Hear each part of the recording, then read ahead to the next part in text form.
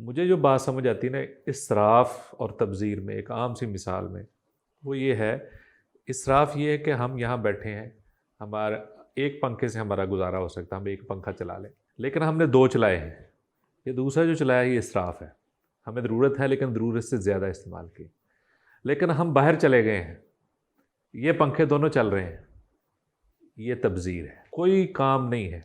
और इसी तरीके से तबज़ीर और इसराफ़ ये भी है कि आप जब अल्लाह के रास्ते में ख़र्च करना हो, तो आप ढूँढते फिरें और सोचें, गिनें कि मैं कैसे निकालूँ इसमें से, बड़ा मुश्किल है।